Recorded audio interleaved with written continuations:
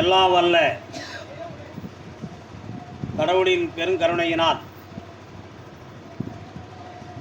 இந்த அருள்மிகு வழிகாட்டு மாளிகைப்பாறை கருப்பசாமி திருக்கோயிலுக்கு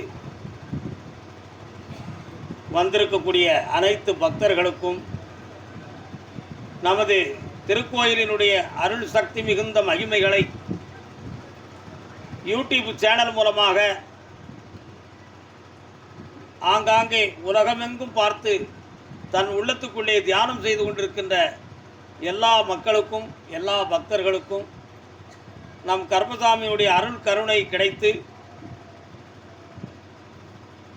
அவர்களுடைய எண்ணங்களெல்லாம் நிறைவேறி உங்கள் அனைவருடைய உள்ளங்களும் மகிழ்ந்து குளுமையாகி செம்மையாக வாழ வேண்டும் என்று நினைத்து என்னாலும் உங்களுக்காக நான் பிரார்த்தனை செய்து கொள்கிறேன்.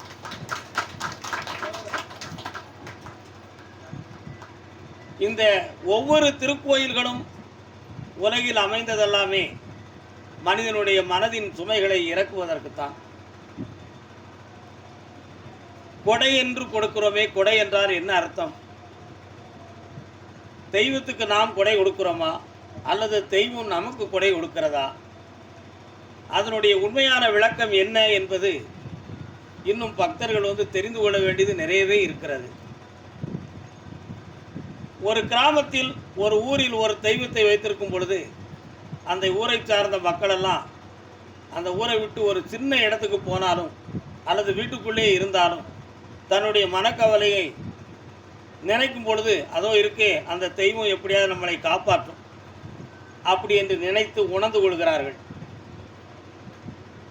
இப்படி ஒவ்வொருத்தருமே அந்தந்த எல்லையில் இருக்கக்கூடிய தெய்வத்தை அந்த தேவதைகளை நினைத்து உணர்கின்ற பொழுது அவர்களுடைய ஒவ்வொருவருடைய உணர்ச்சி சுமைகளும் மன சுமைகளும் அந்த தெய்வத்தின் மீது மானசீகமாக செலுத்தப்படுகிறது.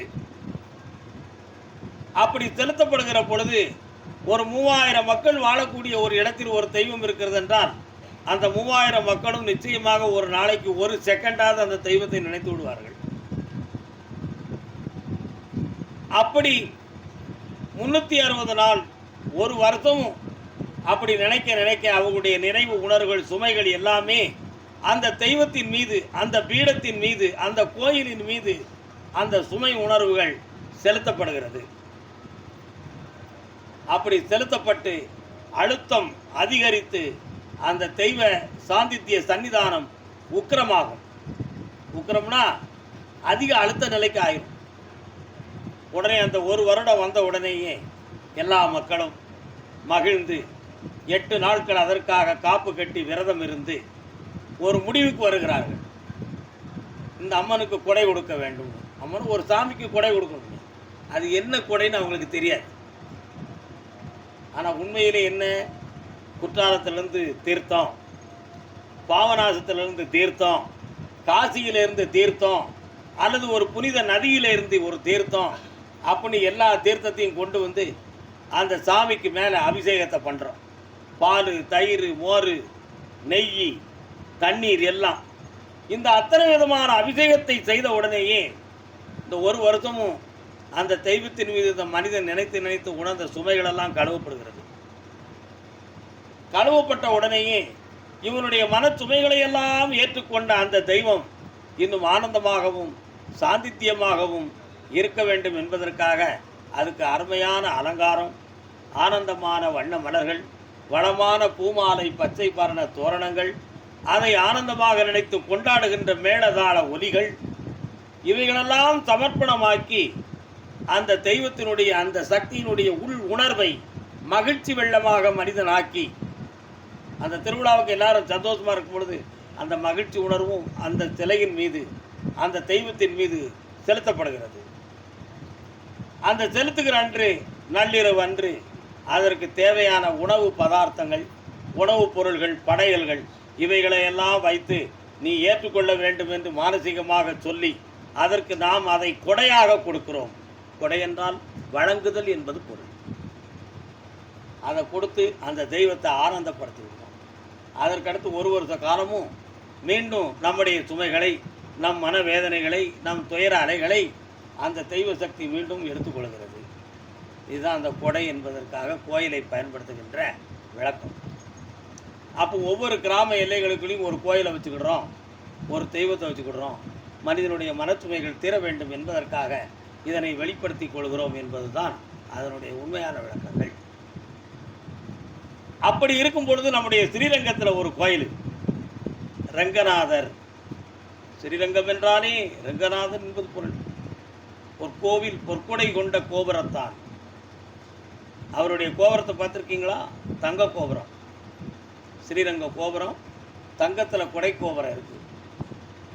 அந்த கோபுரம் தான் ஸ்ரீ ரங்கநாதனுக்கு அருமையான ஒரு கோபுரம். அந்த கோயிலில் ஒவ்வொரு நாளும் பூஜைகள் நடக்கிற பொழுது ஒரு வாசல்ல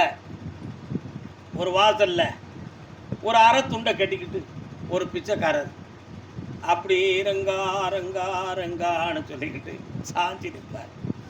இந்த பக்கத்தில் ஒரு சிவா சிவா சிவான்னு சொல்லிக்கிட்டு இருப்பார். என்னடா இவன்? ரங்கநாதனே வைணவத்தை சார்ந்தவர்.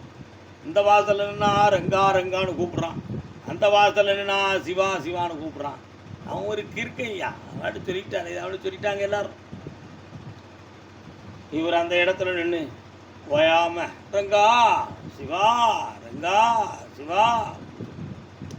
வார மக்கள் போகிற மக்கள்லாம் அவர் ஒரு சித்தர் யோகின்னு சொல்லி அவரையும் கும்பிட்டு போவாங்க. அவருடைய ஆசீர்வாதம் கிடைக்கணுமே என்று நினைத்து கும்பிட்டுக்கிட்டு அப்படி ரங்கநாதனை போய் பார்த்துட்டு சுற்றி எல்லாம் பார்த்து வரதராஜ பெருமாள், மகாலட்சுமி, பத்மாவதி தாயார், உடையார் சன்னதி எல்லாத்தையும் பார்த்து சாமியை கும்பிட்டு வந்துடுவாங்க. இதை சோழ மன்னர் ஒவ்வொரு நாளும் கோவிலுக்கு வருகிற பொழுதெல்லாம் இந்த வாசலில் நிற்கிறவரை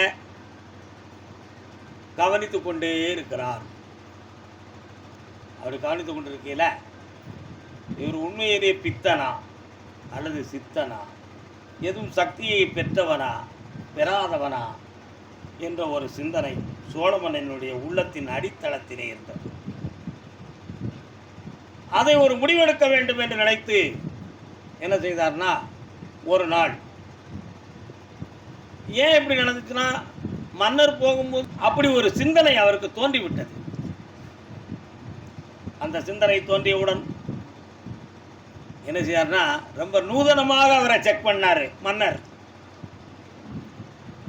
ஒரு நாட்டிய தாரகை, ஒரு பெண்மணி, அழகானவள், மந்திரிகள், ராஜ சபையை சார்ந்தவர்களுக்கு நாட்டியமாடி ஆனந்தமாகக்கூடிய ஒரு கணிகையர் பெண்.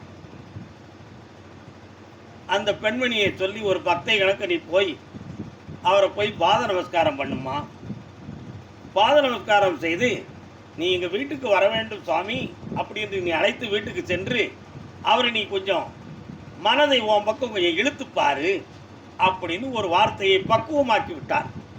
யார்? சோழ மன்னன். ரொம்ப நூதனமாக, நல்ல புரிந்து கொள்ள வேண்டும். அந்த அம்மா அதே மாதிரி அழகாக அலங்காரம் தோரணத்தோடு போய் ரங்கநாதனை கும்பிட்றதுக்கு முன்னால், சுவாமி நீங்கள் தான் என் தெய்வம், என் குருநாதா, என் பக்தா அப்படின்னு சொல்லி கும்பிட்டு நமஸ்காரம் பண்ணி அவர் ஆமாம்மா நல்லா இருக்கியா, சந்தோஷம், என்னம்மா கும்பிட வந்தியா, சரி ரங்கநாதனை பார்த்துட்டியா, ரங்கநாதன் என்ன பெருசு சாமி, நீங்கள் தான் பெருசு, ஓ அப்படியா, சரி அப்படின்னாரு. சாமி ஒரு 3 நாள் அப்படி போய் கும்பிட்டா. உடனே இவர் சிரிச்சுக்கிட்டே இருந்தார். கிறுக்கு பேய சிரிக்காமனு அவன் நினச்சிக்கிட்டான். உடனே சுவாமி எங்கள் வீட்டுக்கு நீங்களை எழுந்துள்ள வேண்டும் சுவாமினார். வரனே, எப்போ வரணும் அப்படின்னாரு. உடனே இவன் நினச்சிக்கிட்டா இவர் நமக்கு மயங்கிட்டாரு அப்படி ஒரு முடிவுக்கு வந்துட்டான். சாமி உடனே சொன்ன நாளில் ஊருக்கு போயாச்சு. வீட்டுக்கு போகிறோன்னு சாமிக்கு தனி அறை கொடுத்தாள். அந்தால வெந்நீரும் பன்னீரும் ஊற்றி குளிக்க வைத்து அபிஷேகம் செய்து அலங்காரம் செய்து ஆனந்தமான பட்டு பீதாம்பர உடைகளை தான் கொடுத்து, சாமி பட்சணம் என்ன வேண்டும் சாப்பிடுறதுக்குண்ணா, என்ன கொடுத்தாலும் சாப்பிடுவோம்மா, இந்த சாப்பாடு எங்கே கிடைக்கும் இந்த உலகத்தில் அப்படின்னாரு. உடனே அவன் நல்ல இட்லி பண்டம் பலகாரம் எல்லாத்தையும் எடுத்து கொடுத்தா நல்லா சாப்பிட்டார். சாப்பிட்டு முடித்தோடனே பையன் இவரை தன் பக்கம் இழுக்கிறதுக்கு ரூட் இருக்கான்னு பார்த்து மன்னர் சொன்னாரே என்று நினைத்து இவர் பக்கத்தில் பையன் நெருங்கினான். நெருங்கிய உடனேயே அவருடைய ஆத்மசக்தியினுடைய சொரூபத்தினுடைய அக்னி சுவாலை அவன் மேனியை தாக்கி எடுத்து கீழே விழுந்துட்டார். நெருங்க முடியல, கீழே விழுந்துட்டான். அங்கிருந்து அரசபுரத்து மன்னர்கள் வந்தார்கள். சுவாமியுடைய பாதத்தில் விழுந்துட்டாங்க. சாமி, நீங்கள் உண்மையிலேயே எங்களுக்கு குரு தான், உங்களை நாங்கள் புரிஞ்சுக்கிட்டோம். மன்னர் உங்களை அழைத்து வர சொன்னார். அந்த மன்னனை நான் பார்க்கணுங்கிற அவசியம் இல்லைடான்னாரு. அந்த மன்னனை நான் பார்க்கணுங்கிற அவசியம் இல்லை. என்ன சோதனை செய்து பார்ப்பதற்கு அவன் யாரப்பா? என்னை ஈசன் ஒருவன் தான் சோதிக்க சக்தியானவன். நான் அவனை என் இருதயத்தில் வைத்திருக்கிறேன், ரெங்கனை என் வாசியாக வைத்திருக்கிறேன். ஆகையினால் ஒரு பக்கம் ரெங்கனும் மறுபக்கம் ஈசனுமாய் இருக்கிறேன் நான். மன்னனை நாம் பார்க்க வர வேண்டாம். துறவிக்கு வேந்தன் துரும்பு போல், பக்தனுக்கு பதவி பாத ரட்சை போல் ஓ என்று சொல்லிவிட்டார். மன்னர் அங்கிருந்து சொன்ன அந்த வார்த்தையை கேட்டு ஆவேசப்பட்டு ஓடி வந்தார். வந்த உடனே துறவி எதுவும் செய்து விட்டார் என்று நினைத்தீர்களா? பாத நமஸ்காரம் பண்ணார், பூமாலை தரித்தார், மாலையெல்லாம் கலத்தி போட்டார். மன்னா, உன் ஐயப்பாடு தீர்வதற்காகத்தான் இந்த இடத்தில் நான் இருந்தேன். இந்த மங்கை என்னை 3 நாட்கள் வணங்கும் பொழுதும் புன்னகைத்தேன். அவளை விரும்புகிறவன் போல் என்று நினைத்து என் பக்கத்தில் வந்தாள். என்னை அவள் புரிந்து கொண்டாள். அவளை நீ சோதனை செய்து வைத்தது தவறு. அவளிடம் இந்த மன்னிப்பை கேட்டார். ஆக இப்படி ஒரு நிகழ்வு நடந்தது. இனி இந்த சோழ மண்டலத்தில் நான் இருக்க மாட்டேன் என்றார். சோழ மண்டலத்தில் இருக்க மாட்டேன். அங்கிருந்து கோவிச்சுக்கிட்டு போனார். கோவிச்சுக்கிட்டு போய் கரூரில் போய் கொஞ்ச நாள் இருந்து அங்கே போய் சமாதி ஆயிட்டார். அந்த சித்தருக்கு பேர் தான் கரூர் சித்தர். புரியுதா? அந்த சித்தருக்கு பேர் தான் கரூரார். நம்ம சொல்லுவோம்ல, 18 சித்தர்கள்ல கரூரார் அப்படி சொல்ல, கரூர் சித்தர் தான். சோழ மண்டலத்தில் தோன்றி சோழ மன்னனால் சோதிக்கப்பட்டு தன்னுடைய சுபிட்சை ஞானத்தை இந்த உலகத்துக்கு எடுத்துக்காட்டி தன்னுடைய ஆத்மசக்தியும் சிவத்துவமும் எப்படிப்பட்டது என்பதை உணர்த்தி கரூர் என்னும் நகரத்துக்கு சென்று அங்கு பசுபதி ஈஸ்வரை தன் ஆத்மநயமாக்கி ஜீவசமாதியாகிய முக்தனாக காட்சியளித்த சித்தனுக்கு பெயர்தான் கரூர் சித்தர் என்பது பெயராகும். ஆக சித்தர்கள், ஞானியர்கள், யோகியர்கள் எல்லாரும் தன் உள்ளத்தினால் இறைவனை தன் உள்ளத்துக்குள்ளே வைத்து எல்லா சேவைகளையும் எல்லா அருள் ஞானங்களையும் இந்த உலகத்துக்கு பாவித்து மக்களுக்கு புன்னகைக்கிறார்கள். ஆகையினால் எல்லோருடைய மனமும் பகவானை என்னாலும் மாசற்ற நிலைகளிலே வேண்டி மாசு மறுவற்ற நிலைகளிலே தன்னை அர்ப்பணித்து கொண்டு மாசில்லாத மனதுக்குள் ஈசனை ஆனந்தமாக வைத்து கொண்டு என்னால்